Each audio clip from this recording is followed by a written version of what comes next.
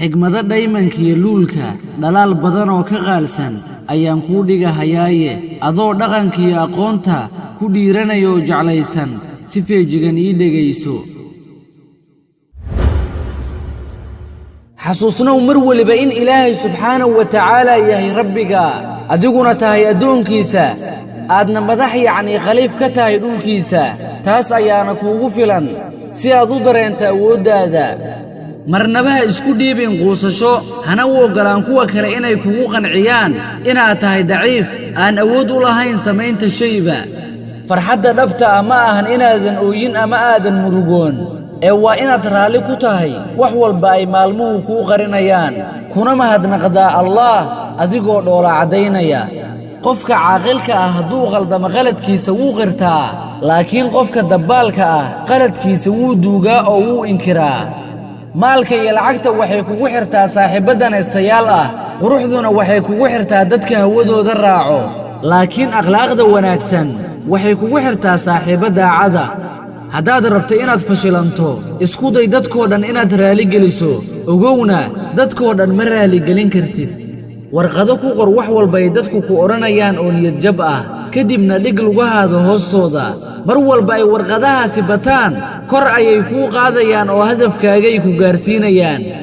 goortii aad weydo shay aad jeclayd xasuuso in geedkuba waaye caleemihiisa jiilaalka si uu u kasbado kuwo kale oo ka qurxoon kuwii hore wakhti roobeedka noloshuna ma ahan ilaa marxaladooyin isdaba jooga marxalad kastana waxay wadataa macaan iyo qaraar ee noqo mid samir badan jacaylka aragtida koowaad ka dhasha badanaa wuxuu ku dhammaadaa furiin sahlan dib ha u fiirin waxaad soo dhaaftay oo murugo ah waad murugoon haddaad ku mashquusho wixii hore ee murugo ahaa wakhtigaagana ku dhammaysan ka fikirka mustaqbalkaaga keliya alla tala saaro oo dadaal waad guulaysan doontaa inshaa allah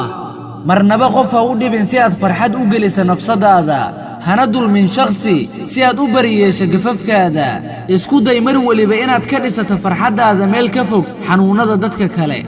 iska jir sinada waayo waxay leedahay 4 arrimood oo halis ah iftiinka wejiga ayay qaadaa risqiga way goysaa ilaahayna wuu kuu caroodaa naartana waa lagu galaa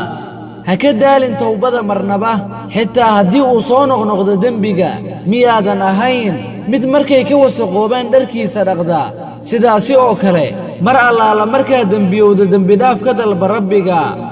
waxay weydiiyeen yaa qurux badan dayaxa iyo hooyada waxaan ugu jawaabay goortii aan eego hooyo waan ilaabaa dayaxa goortii aan dayaxa eegana waxaan soo xasuustaa hooyaday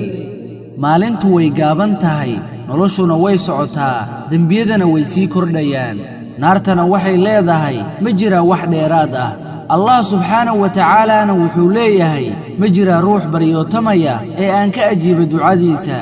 haddaba haddaad doonayso guusha labada daarood afkaaga yuusan ka daalin baryada alleh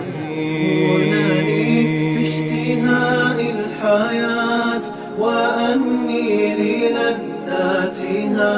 أرتوي وأني بها مغرم